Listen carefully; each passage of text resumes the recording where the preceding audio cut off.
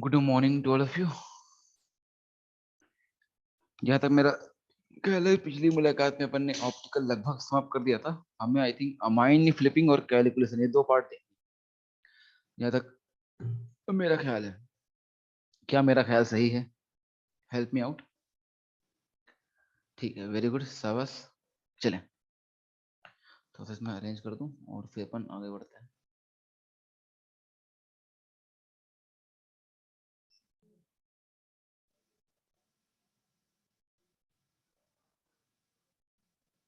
चलिए भाई। तो समझते हैं खेल को। देखिए,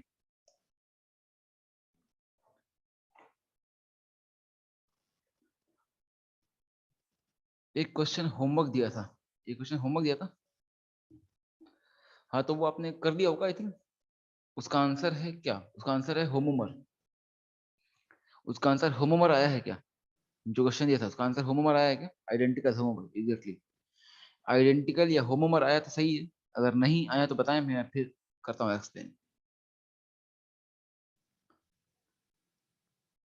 बोले, किसी को दिक्कत है उसमें?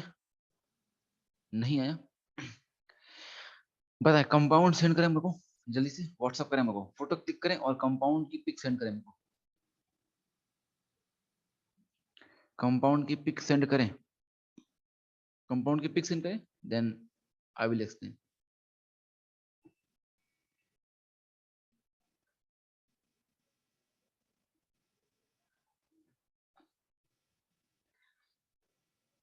जल्दी करें। नहीं जी, वेरी गुड। आ गया, आ गया, आ गया। अच्छा, आ गया ना? आ गया, कंपाउंड आ गया। वेट, तो कंपाउंड कुछ ऐसा है।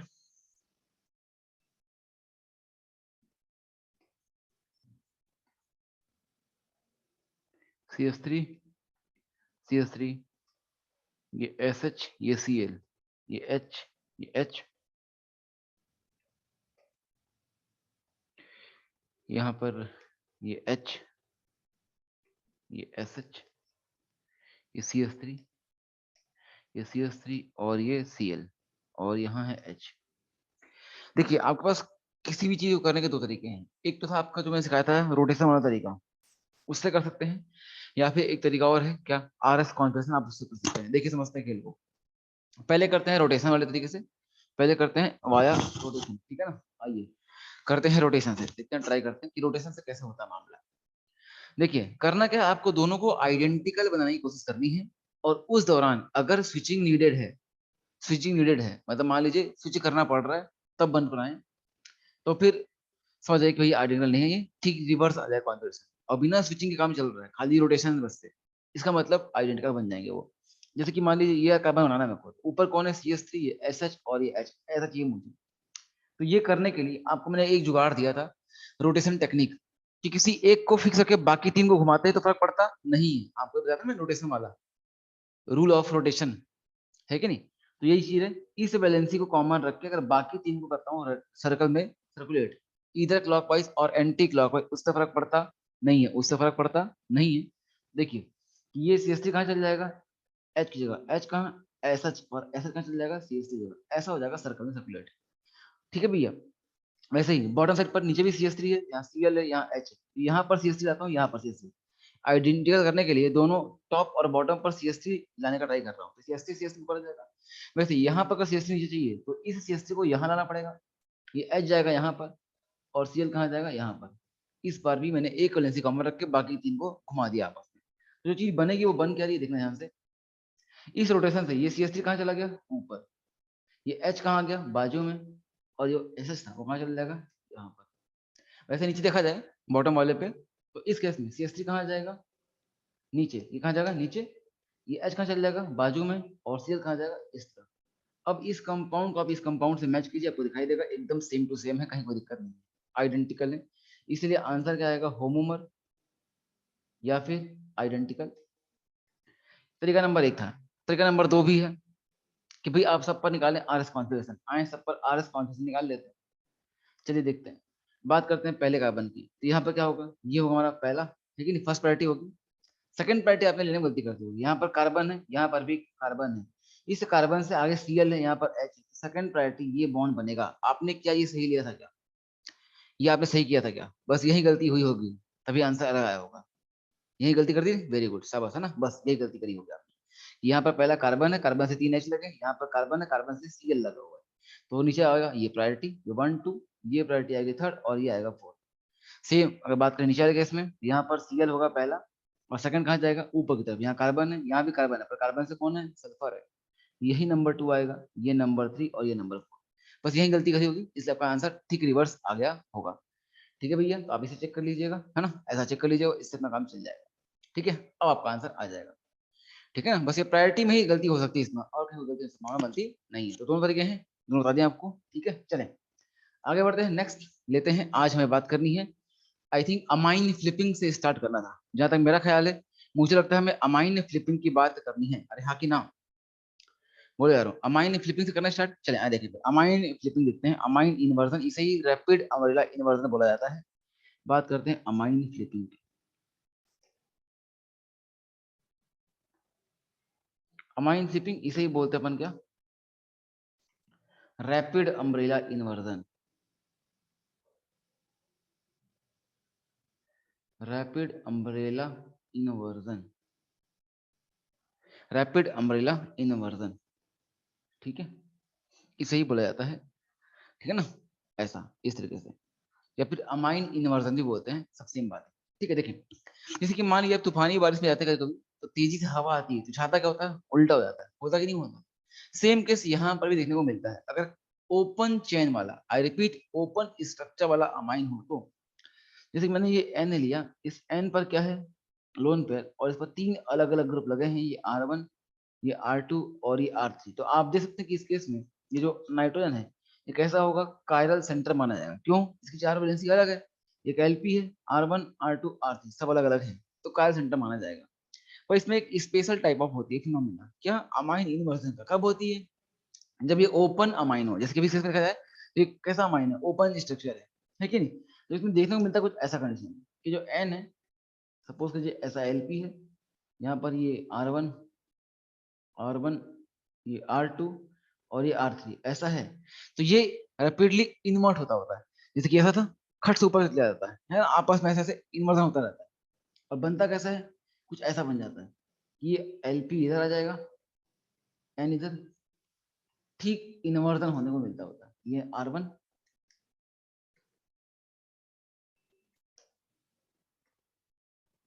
ये R2 और ये R3 ऐसा। अगर ध्यान से देखा जाए कि दोनों आपस में क्या है? एक दूसरे की मिरर इमेज है कि नहीं है? बिल्कुल मिरर इमेज है। बोले यारो, मिरर इमेज है या नहीं है? बिल्कुल मिरर इमेज है कि नहीं? ऐसा। अब देखा जाए, ये भी कायरल है, भी कायरल है। अगर कायरल कंपाउंड जो बन रहा है, उसका अगर बन जाए मिरर इमेज, तो दोनों आपस में क्या होते हैं? इनएंशियोमर, बिकॉज कायरल कंपाउंड कभी भी कटता नहीं है कि नहीं? कटता नहीं है। और जो कटता नहीं है कैसा है? Optically active. और इनएंशियोमर क्या थे? Optically active isomers. क्या थे? ऑप्टिकली एक्टिव आइसोमर्स, जो कि कैसे हो? Non super imposable mirror images. तो कभी भी आप किसी भी ऑप्टिकली एक्टिव कंपाउंड की बनाएंगे मिरर इमेज, तो डेफिनेटली सुपर इम्पोज नहीं करेगा। जो कटता नहीं, वो सुपर इम्पोज भी नहीं करता उसकी मिरर इमेज। आ रही बात? जैसे कि हाथ है, कटता है क्या? नहीं कटता। सुपर इम्पोज होगा क्या इसका मिरर इमेज? नहीं हो पाएगा, नहीं हो पाएगा, अंगूठा बाहर आ जाएगा, है कि नहीं? इस तरीके से तो हर वो चीज जो कटती नहीं दो एक हाथ में, जो कायरल है, हर कायरल चीज, हर एक कायरल ऑब्जेक्ट, हर एक कायरल मॉलिक्यूल की बात की जाए, तो हर केस में क्या होता है? यही होता है कि भाई जो भी कायरल बन चुका है एक बार, उसको सुपर इम्पोज करना पॉसिबल नहीं होता है, तो पॉसिबल नहीं हो पाएगा। और जो चीज सुपर इम्पोज नहीं हो पाएगी, इसका मतलब क्या है? वो कायरल मॉलिक्यूल, लेकिन ऐसा। तो non super imposable mirror images क्या करते हैं आपस में? इनैंशियोमर्स। ठीक है भैया, तो आपस में क्या है? इनैंशियोमर। आगे बढ़ा था, इनैंशियोमरिक पेयर। इनैंशियोमरिक पेयर बन गया भैया। और इनैंशियोमरिक पेयर का जो मिक्सचर है, उसे हम बोलते हैं क्या? रासायनिक mixture.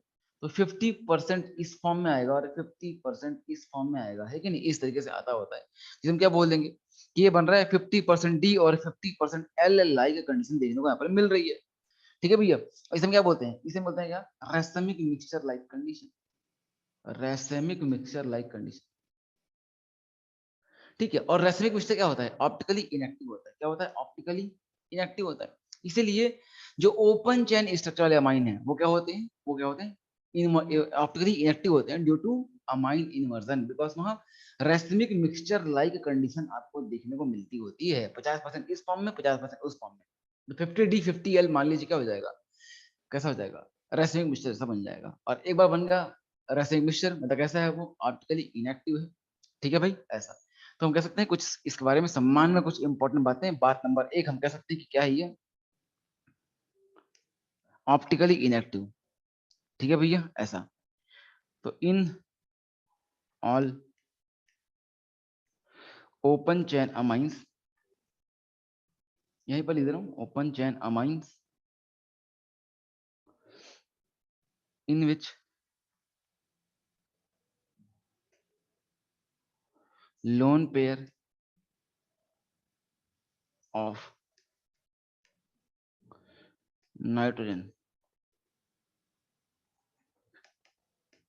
present in sp3 orbital amine inversion takes place।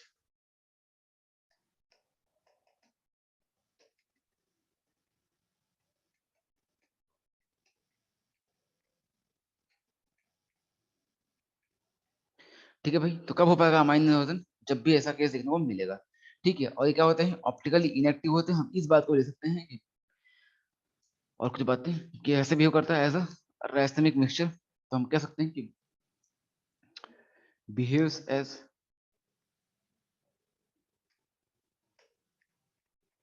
50% D and 50% L form in bracket racemic mixture, so optically inactive हो जाएगा।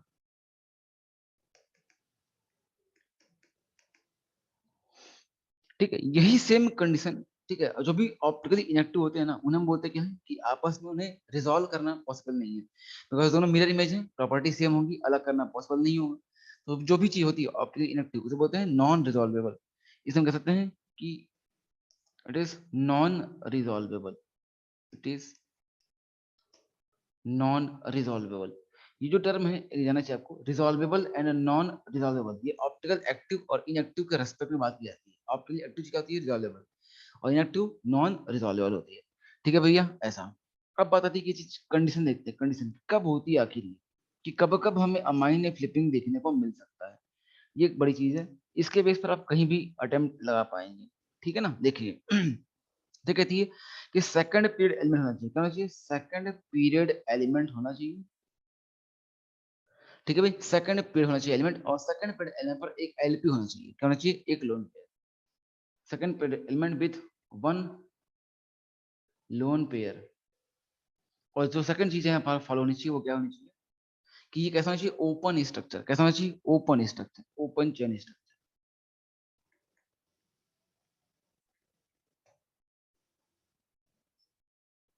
ये दो बातें होनी चाहिए। ठीक है ना। जैसे कि मान एग्जाम्पल देखें अपन, तो वैसे ही जैसे अमाइन में होता है, सेम काम हमें कार्ब एनायन में भी देखने को मिलता है। कहाँ भैया, कार्ब एनायन। अगर देखिए अपन कार्ब एनायन की बात करें, तो कार्बन एनायन की बात करते हैं, तो कार्बन पर क्या होता है, यहाँ पर निगेटिव होता है। निगेटिव में क्या होते हैं, दो एक होते हैं, है कि नहीं, तो वही है, कार्बन पर निगेटिव। और यहाँ पर ले लो आप R1, और ये R2, और ये R3। ठीक है, ये दोनों आपके मॉड्यूल में गिवन आए थे, मॉड्यूल में अपने पास ये गिवन भी है, जहां तक मेरा ख्याल है। अमाइन ट्रिपिंग के कार्ब एनायन भी गिवन है, देख लेते हैं एक बारी। यस, कार्ब एनायन गिवन है, कार्ब एनायन गिवन है, बिल्कुल गिवन है। वहां पर नेगेटिव ना रखा, तो नेगेटिव है ना, कार्ब एनायन भी गिवन है, ऐसा। तो इसके अंदर क्या हो गया, ये सेकंड पेड एलिमेंट है कि नहीं है, ओपन चेन है कि नहीं है, बिल्कुल है। एक एलपी है कि नहीं है, बिल्कुल है। सारे अलग है ना, बिल्कुल है। तो यहाँ पर भी आपको अमाइन क्लिपिंग देखने को मिलने वाला है। तो कार्ब एनायन में भी सेम केस देखने को मिलता है।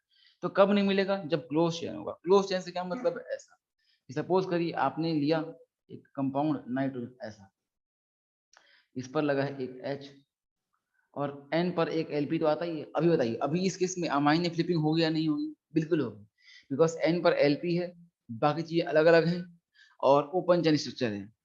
पर अगर मैं इस ओपन चेन स्ट्रक्चर को ऐसे बांध दूं, बंद कर दूं, अब अमाइन फ्लिपिंग होगी क्या, नहीं, इस केस में अमाइन फ्लिपिंग नहीं होगी, बिकॉज अमाइन फ्लिपिंग के लिए ओपन फॉर्म चाहिए हमें। छाता भाई खुला हुआ है तो जाता है, छाते को अगर आप बांध दें रस्सी से नीचे, जो हैंडल से बांध दें, तो छाता उलट पाएगा क्या, नहीं उल्टा हो पाएगा, उल्टा हो ही नहीं पाएगा। तो इस वजह से हम कह सकते हैं कि अमाइन फ्लिपिंग नहीं हो पाएगी। कब? जब ये कैसा होगा, क्लोज चेन स्ट्रक्चर होगा उस केस में। ठीक है, तो ये केस था कुछ हमारा अमाइन फ्लिपिंग के बारे में, कुछ आसान बातें, नॉर्मल सा केस है, कुछ खास है नहीं इसमें। चलिए आगे बढ़ते हैं। नेक्स्ट चीज हमारा क्या है, इसमें कैलकुलेशन वाला पार्ट आया। क्या आएगा? कैलकुलेशन वाला पार्ट, समझते हैं। आइए देखें कैसे करते हैं अपन कैलकुलेट। तो सबसे पहले इसमें लेते हैं अपन calculation of number of optical isomers.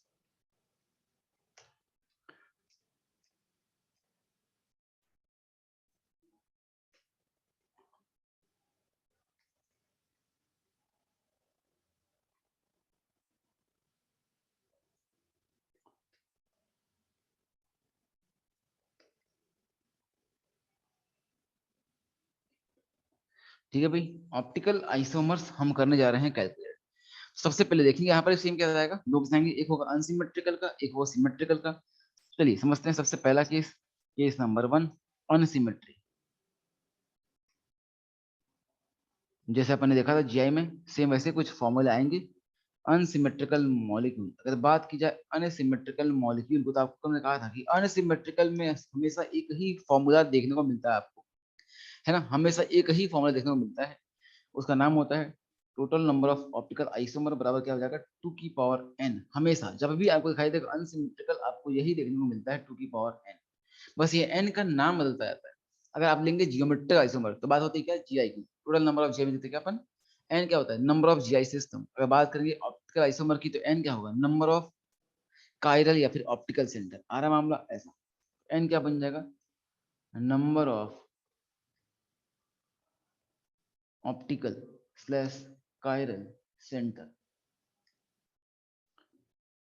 ठीक है भाई, इसकी बात होनी चाहिए, तो नंबर ऑफ ऑप्टिकल सेंटर या फिर कायरल सेंटर, इसकी बात करनी हमें चाहिए। देखिए ये समझते हैं एग्जांपल के फॉर्म में। एग्जांपल लेते हैं एक, देखा जाए 2 की पावर n में। इसमें पता है बनते हैं केसेस क्या, जब भी अनसिमेट्रिकल होगा, अगर मॉलिक्यूल अनसिमेट्रिकल है तो कभी भी कटने वाला नहीं है। ठीक है ना, इसमें तीन बातें आती होती हैं। एक होता है जैसे मान लो कभी आपको कहना total number of optical isomers, तो दो बातें आती थी, एक ऑप्टिकली एक्टिव और एक ऑप्टिकली इनएक्टिव। मैं कहा था कि अगर ऑप्टिकल आइसोमर्स की बात की जाए, तो जो एक्टिव है वो भी कर सकता है और जो इनएक्टिव है वो भी कर सकता है, बशर्ते कायरल कार्बन होना चाहिए। ठीक है ना, ऐसा। तो इसीलिए यहाँ पर दो टाइप के आते हैं ऑप्टिकल आइसोमर्स। अगर बात करें अपन में इस 2 की पावर n में, अगर बात की जाए ओ वाई की, तो total number of O Y जो आएंगे वो दो लगे आएंगे, एक होगा ऑप्टिकली एक्टिव और एक होगा ऑप्टिकली इनएक्टिव। और जो ऑप्टिकली इनएक्टिव होता है कायरल कार्बन के साथ, उसे बोलते हैं मीजो। जो टोटल ओ वाई होंगे वो क्या होंगे, ऑप्टिकली एक्टिव और मीजो, ऐसा। तो पूछे यहाँ पर तीनों जाते हैं, आए देखें तीन फॉर्मूले देखने पड़ेंगे। आसान केस है, जब मॉलिक्यूल अनसिमेट्रिकल है, जब मॉलिक्यूल कटने वाला ही नहीं है, तो उसके उसमें सारे कैसे होंगे, एक्टिव तो आएंगे, ऐसा। ठीक है भाई, एग्जांपल के फॉर्म में लेते हैं, एग्जांपल ले लेते हैं। जैसे अपन एग्जांपल लेते हैं, example number 1, CH3 CH CH CH3 like this. यहाँ पर लिया अपन ने Cl और यहाँ पर ले लिया Br। चलिए बताएं इस केस में कायरल कार्बन है या नहीं है, कायरल कार्बन है या नहीं है, बताएं हैं तो कितने, फटाफट पूरी स्पीड से, कितने कायरल कार्बन है यहाँ पर, दो हैं, वेरी गुड, शाबाश, है कि नहीं। एक तो ये वाला और दूसरा कौन सा, ये वाला, दो दो कायल सेंटर है यहाँ पर, है कि नहीं। चले अब इनकी बात करते हैं, करना है कैलकुलेट, तो तीन बातें आएंगी। क्या आएंगी, एक होगा ऑप्टिकल एक्टिव, एक होगा ऑप्टिकल इनएक्टिव और एक होगा टोटल ओआई, है कि नहीं। चलिए तो निकालते हैं। सबसे पहले बात करते हैं, देखिए जाए। अच्छा बताओ, ये मॉलिक्यूल कैसा है, सिमेट्रिकल की अनसिमेट्रिकल, सिमेट्रिकल की अनसिमेट्रिकल, अनसिमेट्रिकल है, मतलब इसमें कभी भी सिमेट्री आ पाएगी क्या, कभी भी, जब नाम ही इसका अनसिमेट्रिकल है, कभी सिमेट्री आएगी नहीं आएगी। और बिना सिमेट्री के ऑप्टिकली एक्टिव होगा हमेशा या ऑप्टिकली इनएक्टिव होगा, या दोनों हो सकता है। ये का मतलब कैसा होगा, ऑलवेज ऑप्टिकली एक्टिव होगा। इसका मतलब क्या होगा, अगर यहाँ पर टोटल नंबर ऑफ ओवाई निकाला जाए, ठीक है नहीं, अगर टोटल नंबर ऑफ ओवाई निकाला जाए, तो क्या क्या आएंगे, एक तो एक्टिव आएगा, एक मीजो आएगा और दोनों का सम आएगा। तो ये तो कभी सिमेट्री आ ही नहीं पाएगी, तो मीजो बन ही नहीं पाएगा। जब सिमेट्री आ ही नहीं पाएगी तो मीजो बन ही नहीं पाएगा। मीजो क्या होती है, compound having more than one chiral centre with plane of symmetry. Symmetry कभी आ ही नहीं पाएगी। ये वो साइड चीजें अलग है, अनसिमेट्रिकल है मॉलिक्यूल। अगर मॉलिक्यूल सिमेट्रिकल हो तो सिमेट्री आ पाती होती है। और चेक कैसे करते हैं जानते हैं, कि बोथ एंड से चलते हैं, मिड तक सेम आ जाए तो सिमेट्री आ सकती है कि नहीं, पैसा नहीं है यहाँ पर। तो हमेशा यहाँ पर क्या होगा, इसमें जितने बने सारे कैसे हैं, ऑप्टिकली एक्टिव बनेंगे। जो बनेगा वो क्या बनेगा, ऑप्टिकली एक्टिव। मतलब इस केस में जो मीजो का नंबर आएगा वो क्या आएगा, सन्नाटा, क्या आएगा, जीरो आएगा। बात करते हैं ऑप्टिकल एक्टिव की, तो एक्टिव क्या बनता है, 2 की पावर n जो है, सारे सारे क्या होंगे, यही होंगे। अब बताओ n की वैल्यू कितनी रखूंगा, n की वैल्यू कितनी रखूंगा, n की वैल्यू कितनी रखूंगा, n की वैल्यू कितनी रखूंगा, n की वैल्यू 2 की पावर 2। जाहिर सी बात है, दो कायल सेंटर है तो आंसर कितना आएगा 4। ये क्या होंगे ऑप्टिकली एक्टिव, ये क्या होंगे ऑप्टिकली एक्टिव। और अगर टोटल ओवाई की बात करें तब भी क्या होगा, टोटल नंबर ऑफ ओवाई यही क्या होंगे 4 ही होंगे, ठीक है नहीं, बिकॉज इसमें इनएक्टिव एक भी बनने वाला नहीं है। और ये 4 क्या चीज है, ब्रेकअप कैसा है इसका, 4 प्लस 0 के फॉर्म में है। 4 एक्टिव है, 4 एक्टिव है और सन्नाटा मीजो है, इस तरीके से। रोड़ा कितने हैं 4, तो ये बनता है आपका आंसर अगर मामला आता है किसका, अनसिमेट्रिकल का। तो अनसिमेट्रिकल एक आसान केस है, कोई दिक्कत नहीं है, लेकिन तीनों बातें आप आराम से कर पाएंगे। ठीक है चलिए अगला देखते हैं, अगर केस है किसका, सिमेट्रिकल का, किसका आ जाए सिमेट्रिकल का केस है कि नहीं। चलिए तो नंबर 2 सेकंड देखते हैं, in the case of symmetrical molecule.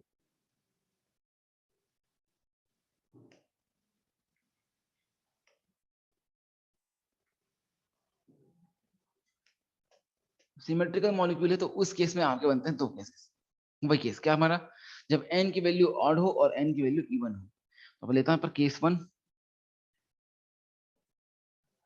जब n क्या हो ऑड हो, जब n is equal to odd, जब n की वैल्यू ऑड हो तो उस केस में क्या आने वाला है। चलिए तो तीन फॉर्मूले आएंगे, यहाँ पर एक चीज देता हूँ p, p के फॉर्म में लिख रहा हूँ है ना, p की वैल्यू आप देखना, p के फॉर्म में लिख रहा हूँ तो p क्या होगा, p की वैल्यू होगी n+1/2। ये वैल्यू आपको p की हमेशा यूज करनी है, एक जनरल फॉर्मूला, फॉर्मूला को इजी करने के लिए, बिकॉज नंबर ऑफ फॉर्मूला ज्यादा है यहाँ पर, तो उसको आसान भाषा में लिखने के लिए अपन ऐसा लिख रहे हैं, p मतलब n+1/2, क्या आप इसे याद रखें। ठीक है भैया, इस केस में जब क्या आएगा, जब कैसा है सिमेट्रिकल केस में p इक्वल टू n+1/2। और देखते हैं अगर यहाँ पर देखा जाए, सबसे पहले देखते हैं ऑप्टिकली एक्टिव के, ठीक है ना, तो सबसे पहले देखेंगे ऑप्टिकली एक्टिव का फॉर्मूला क्या आएगा। तो इस केस में जब देखा जाए ऑप्टिकली एक्टिव कंपाउंड, जितने लोग ऑप्टिकली एक्टिव बनने वाले हैं, ऑप्टिकली एक्टिव कंपाउंड इसे अपन दिखाते हैं किससे, कैपिटल ए से। तो ऑप्टिकली एक्टिव का जो फॉर्मूला बनने वाला है ये बन रहा है 2 की पावर n-1 माइनस 2 की पावर p-1 ऐसा। और p की वैल्यू आपको ऊपर गिवन है n+1/2। ठीक है भाई, ये था ऑप्टिकली एक्टिव का। देखते हैं next is number of meso compound. Meso क्या होते हैं, ऑप्टिकली इनएक्टिव होते हैं, इसे हम एम से दिखा रहे थे हर बार। बात करें मीजो की तो यहाँ पर देखा जाए, समझते हैं मीजो को, तो मीजो बनेगा क्या, इसमें पता है आसान केस है, यहाँ पर एक्टिव ये बनने वाले हैं और मीजो क्या बनने वाला है, 2 की पावर, जो लास्ट वाला स्टेप है वही बनने वाला है, 2 की पावर p-1, ये होता है मीजो के लिए। और हम जानते हैं कि जब भी बात करें टोटल, किसके कहते हैं टोटल की, तो टोटल क्या होगा, जितने भी एक्टिव हैं और जितने इनएक्टिव हैं दोनों का सम ही तो क्या होगा, होगा टोटल। तो आओ देखते हैं, अगर टोटल नंबर ऑफ बात करें, total number of optical isomers की, total number of optical isomers, ठीक है भैया, total number of optical isomers क्या हो जाएंगे, इन दोनों का सम a+m। तो आओ करते हैं सम, अगर इन दोनों को जोड़ता हूं मैं तो क्या बन जाएगा, ये 2 की पावर n-1 माइनस 2 की पावर p-1 प्लस 2 की पावर p-1। ये माइनस वाला और ये प्लस वाला आपस में क्या हो जाएंगे, कट जाएंगे, तो क्या बचेगा ओनली 2 की पावर n-1 बचने वाला। तो ये तीन फॉर्मूले हैं यहाँ पर, ये तीन डिफरेंट फॉर्मूले हैं जो आपको याद रखने पड़ेंगे यहाँ पर। ठीक है भैया, ऐसा तीन ऐसे मैंने वहां देखे, कहाँ देखे, जब अनसिमेट्रिकल हो। तो उस केस में फिर आसान था, बिकॉज सारे अनसिमेट्रिकल हैं, सारे एक्टिव बनेंगे, तो 2 की पावर n टोटल और 2 की पावर n ही क्या बनेगा एक्टिव, और जो इनएक्टिव थे वो सन्नाटा हो गए थे, तो तीन तो खट से काम हो गया। यहाँ पर थोड़ा सा खतरनाक खेल है, इसे याद रखना पड़ेगा। ठीक है भाई, ऐसे ही देखा जाए, इसमें एक बात और आती होती है, कई पूछता है कि कितने बनेंगे, कितने पेयर बनेंगे रैसमिक मिक्सचर, रैसमिक मिक्सचर कितने बनेंगे। जैसे हमारे आपसे ये पूछा जाए कि रैसमिक मिक्सचर कितने बनेंगे, तो आप मुझे बताएं कि रैसमिक अगर मिक्सचर की बात की जाए तो रैसमिक मिक्सचर का जो एक पर्टिकुलर कंपोनेंट है आरएम, जो एक पर्टिकुलर कंपोनेंट है वो क्या होता है, ऑप्टिकली एक्टिव होता है कि इनएक्टिव होता है, ऑप्टिकली एक्टिव या इनएक्टिव। रैसमिक मिक्सचर में दो होते हैं, एक डी फॉर्म एक एल फॉर्म। तो डी फॉर्म अपने आप में क्या है, एक्टिव होता है, और एल भी क्या होता है, एक्टिव होता है, बिकॉज रैसमिक मिक्सचर क्या है, इनएंशियोमरिक पेयर, इनएंशियोमरिक पेयर का मिक्सचर है। और इनएंशियोमर्स क्या होते हैं, ऑप्टिकली एक्टिव आइसोमर्स, क्या होते हैं, ऑप्टिकली एक्टिव आइसोमर्स। तो वही ऑप्टिकली एक्टिव आइसोमर्स का पेयर है वो, ठीक है नहीं। इसका मतलब अगर मुझे बनाना है रैसमिक मिक्सचर, तो जितने भी लोग ऑप्टिकली एक्टिव आ रहे हैं, जितने भी लोग ऑप्टिकली एक्टिव आ रहे हैं उनका पेयर बना दूंगा मैं। मतलब क्या, दो लोगों से बनेगा एक पेयर, मतलब 2 लोग अगर एक्टिव आएंगे तो एक पेयर बनेगा, 4 एक्टिव आएंगे 2 पेयर बनेंगे, मतलब जितने भी एक्टिव आएंगे उसको आधा कर दूंगा तो पेयर बन जाएगा, और पेयर क्या कहलाएगा, रेसिमिक मिक्सचर कहलाएगा। इसका मतलब मुझे अगर रेसिमिक मिक्सचर निकालना है तो मुझे करना क्या चाहिए, जितने भी लोग ऑप्टिकली एक्टिव हैं उनको 2 से कर देना चाहिए डिवाइड। तो जो भी ए आएगा इस ए की वैल्यू को कर देंगे 2 से डिवाइड, तो नंबर ऑफ रेसिमिक मिक्सचर आपको देखने को मिल जाएगा। मामला आ रहा है क्या भैया, ऐसा। तो ये किस हमारा क्या, सिमेट्रिकल मॉलिक्यूल का केस था। आए इसका एग्जांपल एक आध देख लेते हैं, एग्जांपल लेते हैं सिमेट्रिकल मॉलिक्यूल। देखें एग्जांपल,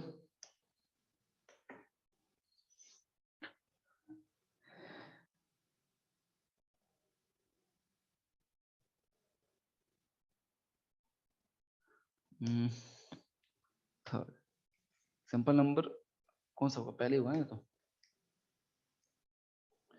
एग्जांपल का ड्रॉ करें अपन तो कुछ ऐसा, CH3 CH CH CH और ये CH3, यहाँ लगाया Br, यहाँ लगाया Cl और यहाँ लगाया Cl। अब यहाँ पर एक नया टर्म आपको सीखना पड़ेगा हल्का सा, जिसे बोलते हैं स्यूडो कायरल सेंटर। अब वो क्या होता है देखें भाई, अगर यहाँ पर देखा जाए ध्यान से, अगर यहाँ पर देखा जाए ध्यान से तो बताओ, ये कार्बन तो कायरल आएगा ही आएगा, ये भी कार्बन कायरल आएगा ही आएगा। अब इस कार्बन की बात की जाए है ना सर, Rm तो ऑप्टिकली इनएक्टिव होता है, हाँ पेयर बेटा पेयर इनएक्टिव होता है, पर उसका एक पर्टिकुलर कंपोनेंट क्या होता है, एक्टिव होता है। डी फॉर्म क्या है, एक्टिव है। एल फॉर्म क्या है, एक्टिव, उसका नाम ही है डेक्स्ट्रो रोटेटरी, उसने पीपीएल के प्लेन को डेक्स्ट्रो घुमाया है, लिवो ने लिवो घुमाया है, तब बोल रहे हैं। पर तुमको जो मिला देंगे आधा आधा, तो एक बोलेगा डेक्स्ट्रो एक बोलेगा लिवो, नेट में क्या होगा, नेट रोटेशन जीरो आता है, वहां पर नेट रोटेशन जीरो आता है। अपने से बात की थी क्या बोलते थे, external compensation, due to external compensation, yes it is optically inactive but due to external compensation. पर एक पर्टिकुलर कंपोनेंट क्या होगा उसका, डी फॉर्म क्या है, एक्टिव है, एल फॉर्म क्या है, एक्टिव है, दोनों को आधा आधा मिला लेंगे क्या बन जाएगा, इनएक्टिव। अरे मामला आया, आयुषी आया, ओके ग्रेट शाबाश चले, ऐसा। तो ये है। अब इसके में देखा जाए, अब इस वाले की बात की जाए, इस वाले की बात की जाए, इससे अपन बोलते हैं प्रो कायरल या फिर स्यूडो कायरल सेंटर। ठीक है भैया, स्यूडो कायरल सेंटर या फिर प्रो कायरल सेंटर। अब इसका क्या मतलब देखते हैं, यहाँ पर समझते हैं स्यूडो कायरल सेंटर क्या होता है।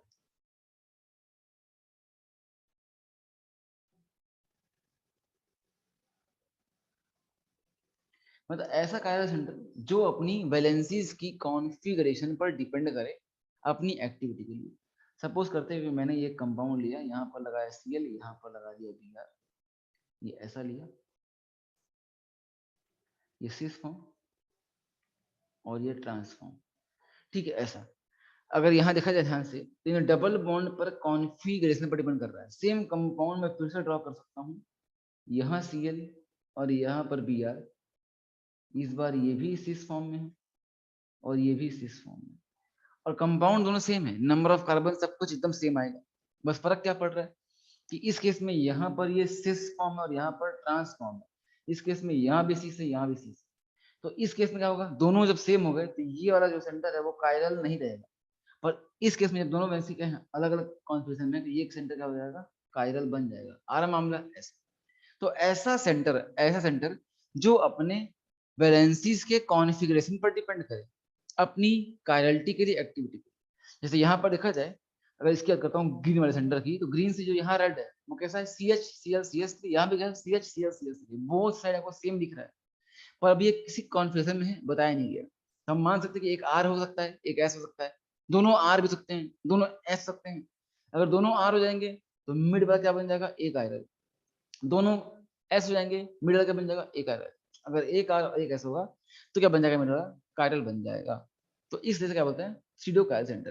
पर आपको इसका लोड लेना नहीं है, आपको एग्जाम में करना क्या है, आपको इसे बोलना, इसको नॉर्मल कायरल सेंटर के माफिक काउंट करके आपको निकालना है आंसर। ठीक है ना, एग्जाम में इसका लोड लेना नहीं है कि सीडो का क्या होगा, वो सारा कुछ फॉर्मूले में ऑलरेडी इंक्लूडेड है, आपको बस फॉर्मूला लगाना है और आंसर निकालना है। ठीक है भैया, आपको सोचना नहीं है।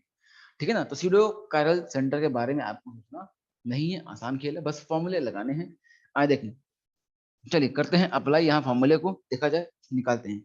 अगर बात की जाए यहाँ पर, सबसे पहले निकालते हैं क्या, पहला ऑप्टिकली एक्टिव। अगर ए निकालते हैं ऑप्टिकली एक्टिव, तो ऑप्टिकली एक्टिव का जो फॉर्मूला लगाते थे अपन क्या लगाते थे, टू की पावर एन, टू की पावर एन, यहाँ एन की वैल्यू कितनी आएगी, एन की वैल्यू आएगी 3, कितनी आएगी, एन की वैल्यू कितनी आएगी 3। हमें सीडो कार्य नॉर्मल कार्य मांगे काम करना है, तो एन कितना जाएगा 3।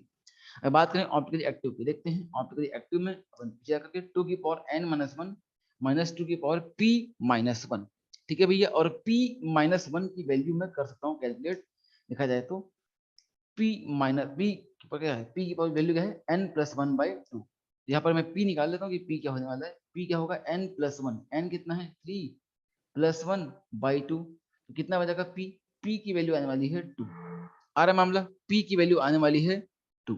अब देखते हैं आगे करते हैं, सॉल्व कर लेते हैं कि टू की पावर n माइनस वन लगाना क्या है, टू की power n minus one previous, और माइनस टू की पावर p माइनस टू की पावर p माइनस वन, ये लगाना है हमें। तो आए अप्लाई करते हैं, तो टू की power n minus one, n के लिए कितनी है 3 है, तो टू की पावर कितना जाएगा 2 sorry 3 minus one minus two की पावर p कितना है 2, तो 2 माइनस वन, बताएं ये क्या बन जाएगा, टू की पावर 3 माइनस वन कितना आएगा, टू की पावर 2 माइनस टू की पावर 2 माइनस वन मतलब टू की पावर वन हो जाएगा। अगर ध्यान से देखा जाए इस केस में तो कितना आएगा, टू की पावर 2 होता है 4, वन होता है 2, खत्म की क्या बचेगा, आंसर आ जाएगा 2। मतलब दो क्या बनेंगे ऑप्टिकली एक्टिव, क्या बनेंगे दो, दो क्या आएंगे ऑप्टिकली एक्टिव, ए जो है ऑप्टिकली एक्टिव आइसोमर से कितने आएंगे, दो आएंगे। अगर ऑप्टिकली एक्टिव आइसोमर्स दो बार रही हैं तो रैस्टमिक मिक्सचर कितने आएंगे, बता पाएंगे क्या, रैस्टमिक मिक्सचर कितने आएंगे, रैस्टमिक कितने आएंगे वन, वेरी गुड शाबाश, लेकिन बिकॉज ऑप्टिकली एक्टिव को अपन करते हैं दो से डिवाइड तो बनता है पेयर, अगर दो लोग एक्टिव है तो एक पेयर बनने वाला है, जाहिर सी बात है। तो 2/2 कितना आ जाएगा 1, तो 1 तो क्या बन जाएगा रैस्टमिक मिक्सचर बन जाएगा। तो ये हमारा आरएम भी आ चुका है और ए आ चुका है। आगे देखते हैं, नेक्स्ट बात कर लेते हैं किसकी, मीजो कंपाउंड की। नंबर सेकंड मीजो कंपाउंड, समझते हैं मीजो कंपाउंड। अगर मीजो की बात की जाए तो मीजो का जो फॉर्मूला था वो क्या था, टू की पावर p माइनस वन, और p की वैल्यू क्या आ रही है, टू की पावर p माइनस वन, तो p माइनस वन ये जो स्टेप था वही क्या है हमारा, टू की पावर p माइनस वन, और टू की पावर p माइनस वन ही क्या है हमारा, क्या है टू की पावर p माइनस वन क्या है हमारा मीजो कंपाउंड, है कि नहीं, टू की पावर p माइनस वन क्या है मीजो कंपाउंड। और टू की पावर p माइनस वन की जो वैल्यू आ रही है, वैल्यू कितनी आ रही है, वैल्यू कितनी आ रही है, वैल्यू कितनी आ रही है, टू आ रही है, टू आ रही है, तो आंसर अपना आ गया ऐसे ही एक बार में। बताएं तो मीजो कंपाउंड कितना आएंगे, मीजो कंपाउंड कितना आएंगे, मीजो कंपाउंड कितना आएंगे टू आएंगे, ठीक है भैया, दो बनेंगे मीजो, ठीक है इस तरीके से। तो दो मीजो आ गए, दो इलेक्ट्रिक आ गए। अगर आपसे पूछूं कि टोटल चाहिए, टोटल अगर टोटल निकालना है तो टोटल क्या होता है, एक्टिव और इनएक्टिव का सम होता है टोटल।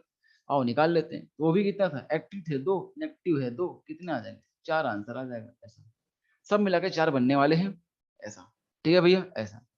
तो ऐसे हमें करना होता है कैलकुलेट, तो सारा खेल फॉर्मूले का ही है, अगर फॉर्मूला आता रहेगा तो आप आराम से कर पाएंगे, ठीक है ना भाई ऐसा। चलिए एक और देखते हैं, जो third one second last case होगा हमारा, केस नंबर वन था हमारा एन जब ऑड हो। नेक्स्ट देखते हैं केस नंबर टू, जब जब हमारा जो एन जो है वो क्या हो जाए इवन हो जाए। Case number two, case number second, जब एन क्या हो इवन हो, तो इस केस में क्या फॉर्मूले हमें अप्लाई करने होते हैं। चलिए आए देखते हैं, पीछे साइक्लिक फॉर्म में लगाना सीखेंगे, बिकॉज फॉर्मूला का खेल सारा का सारा, तो आप फॉर्मूला लगाना आपको आ जाएगा तो कोई दिक्कत होने वाली है नहीं। चलिए तो आए देखें इसके फॉर्मूले देखते हैं।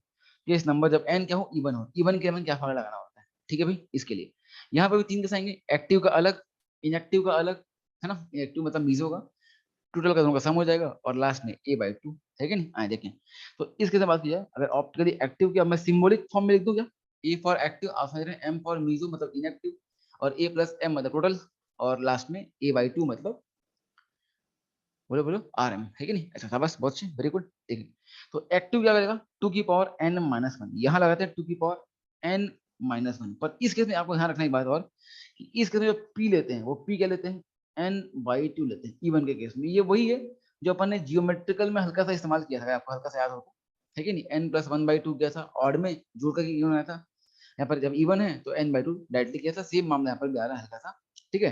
देखिए टू की पावर n माइनस वन आ जाएगा ए के फॉर्म में। अगर बात करें मीजो कंपाउंड की, मीजो की जो इनएक्टिव है, तो इस केस में जो फॉर्मूला हम इस्तेमाल करते हैं वो होता है टू की पावर p माइनस वन, है कि नहीं ऐसा। और जब ये दो फॉर्मूला मिल चुके हैं तो मुझे निकालना है टोटल, तो टोटल क्या होता है हम जानते हैं a प्लस एम होता है, तो इस a प्लस एम को हम ऐड कर देते हैं, तो a और m को जोड़ देते हैं, a क्या हमारा टू की पावर n माइनस वन और m क्या है टू की पावर p माइनस वन। ये अगर बन जाएगा टोटल। अगर निकालना है रैसमिक मिक्सचर तो आप जानते हैं रैसमिक मिक्सचर क्या होता है a/2 होता है a/2। तो जो भी हमारा a आ रहा होगा टू की पावर n माइनस वन उस पूरे को हम 2 से कर देंगे डिवाइड, हमारा आ जाएगा रैसमिक मिक्सचर। तो ये 4 फॉर्मूले होते हैं इसके भी है ना, अगर निकालना है रैसमिक मिक्सचर। तो ये तो कोई फॉर्मूला नहीं हुआ, आरएम तो आसान बात है कि अगर निकालना है एक्टिव तो आधा करना होता है। ठीक है भाई, तो तीन तीन फॉर्मूले आपके आएंगे, मतलब कुल मिला के टोटल 9 फॉर्मूले हैं, है कि नहीं। अनसिमेट्रिकल में टू की पावर n किसके लिए एक्टिव के लिए, और 0 फॉर मीजो, और टोटल क्या बनेगा टू की पावर n ही बनेगा, हमारे सारे कैसे एक्टिव होंगे। वैसे यहाँ पर भी तीन तीन आएंगे सब में, active inactive meso, sorry active meso और total, active meso total, active meso total. एक आएगा अनसिमेट्रिकल में, एक आएगा symmetrical with n is odd number और symmetrical is n is even number. ऐसा सबके तीन तीन आएंगे, तो तीन केसेस बनेंगे, तीन तीन नौ फॉर्मुला आने वाले हैं, ठीक है नहीं। पहले तीन तो आसान है, 6 फॉर्मुले हैं, इसे अच्छे से पढ़ना पड़ेगा, ठीक है भैया। चले बाकी कुछ भी नहीं, इसमें सिर्फ फॉर्मुला लगाना होता है।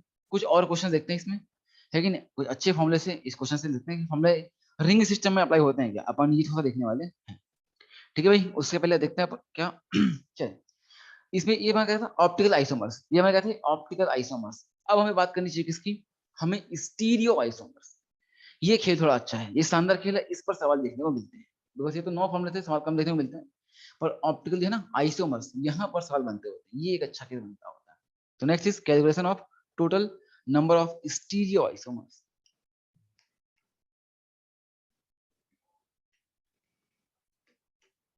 Calculation of total number of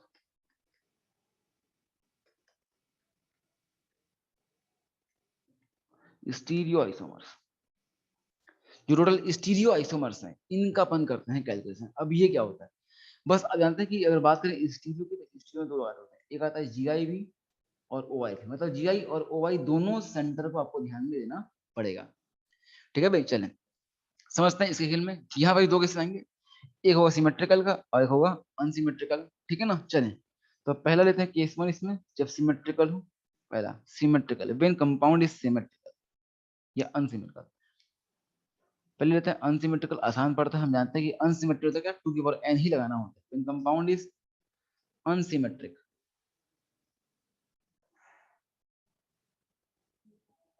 जब कंपाउंड अनसिमेट्रिकल हो, अब आपको याद आ गया होगा कि अनसिमेट्रिक का मतलब तय है कि हमेशा टू की पावर n ही लगने वाला है, जो खेल बहुत ही आसान है कि नहीं। तो आए लगाते हैं कि इस केस में total number of stereo isomers SI क्या होगा टू की पावर n ही होगा। हम जानते हैं जब भी होता है मामला अनसिमेट्रिकल का, अनसिमेट्रिकल में हमेशा आपको टू की पावर n ही देखने को मिलता होता है, ठीक है भाई। बस ये n की जो वैल्यू बदलती रहती है, क्यों। अगर बात करें GI की तो n क्या बनता है नंबर ऑफ GI सिस्टम। बात करें ऑप्टिकल की n क्या बनता है ऑप्टिकल सिस्टम या फिर कार्य सेंटर। और यहाँ पर जब आएगा स्टीरियो तो यहाँ पर क्या होगा नंबर ऑफ स्टीरियो सेंटर आएगा, क्या आएगा n क्या होगा नंबर ऑफ स्टीरियो सेंटर। आपकी इसको इसकी हल्की सी झलक मैं आपको दिखाई थी जब मैं आपको स्टीरियो सेंटर के बारे में बताया था, है कि नहीं। तो वही चीजें सेम वैसे होता है, ठीक है। ऐसा ये था सिमेट्रिकल अनसिमेट्रिकल का मामला। सिमेट्रिकल में फिर से दो केसेस आएंगे, है ना। जैसे एग्जांपल लेते हैं, अब बात करते हैं एग्जांपल की या फिर पहले फॉर्मूला एक साथ दे लेते हैं, है ना, फिर करेंगे। देखिए नंबर 2, व्हेन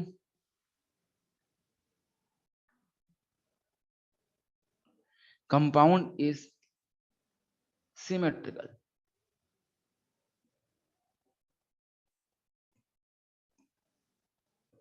जब कंपाउंड सिमेट्रिकल हो जाए तो अगेन वही मामले आएंगे, देखें क्या समझते हैं। टोटल नंबर ऑफ SI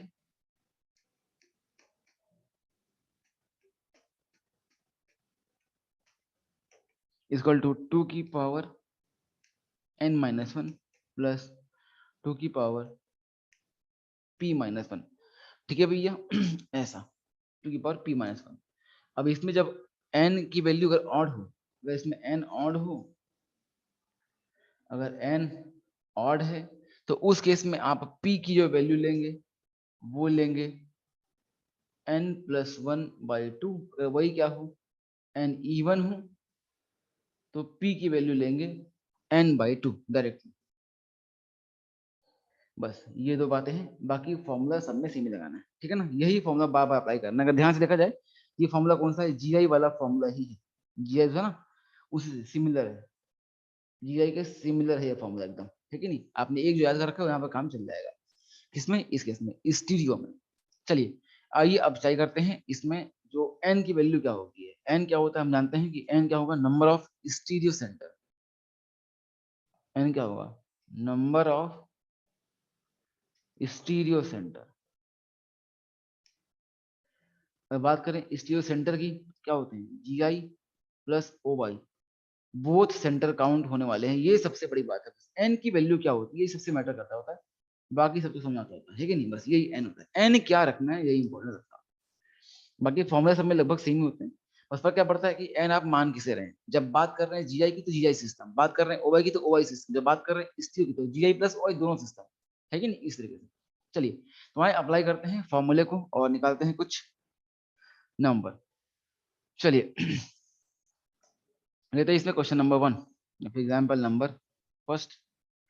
चलिए ट्राई करते हैं, आप ट्राई करेंगे क्या, CS3 आप ट्राई करेंगे, बताऊं मैं, आप ट्राई करेंगे या मैं बता दूं,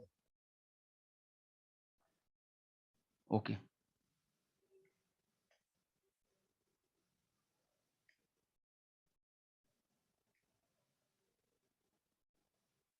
बताएं इस केस में आप क्या फॉर्मूला लगाएंगे, इस केस में आप कौन सा फॉर्मूला लगाएंगे, total number of stereo isomers कितने आएंगे, total number of stereo isomers कितने आएंगे बताएं,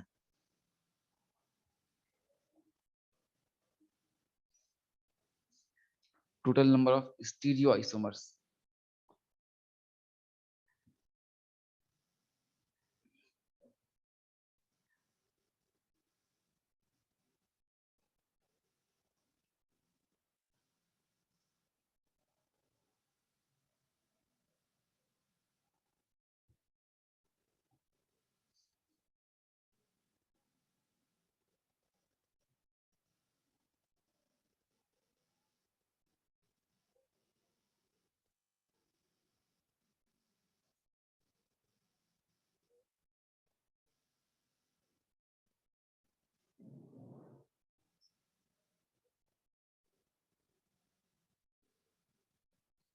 आयुषी सही है, वेरी गुड। नहीं जी, देखो देखो ध्यान दो, कुछ गड़बड़ हुई है,